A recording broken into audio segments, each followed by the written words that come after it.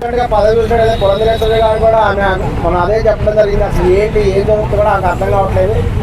కేవలం పవన్ కళ్యాణ్ గారు తెలుగుదేశం పార్టీ ప్రభుత్వం అనేది ఉంది, కానీ సెంట్రల్ గవర్నమెంట్ నుంచి ఎటువంటి ఫండ్ కూడా రావట్లేదు. ఈవెన్ వచ్చినటువంటి ఫండ్ కూడా లోన్ అది.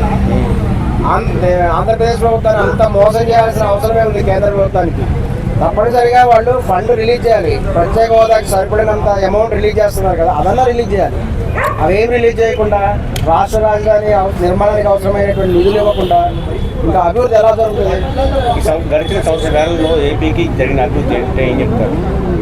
సంవత్సర కాలంలో కూటమి వచ్చాక జరిగిన అభివృద్ధి అంటే ఏం చెప్తారు? అభివృద్ధి అంటే పిఠాపురంలో రోడ్లు వేసుకున్నారు, అవి అక్కడ చేశారు. వాళ్ళకి అవసరమైన వాళ్ళ వరకు సెలెక్ట్ చేసుకొని వాళ్ళ నిధులు ట్రాన్స్ఫర్ చేసుకున్నారు.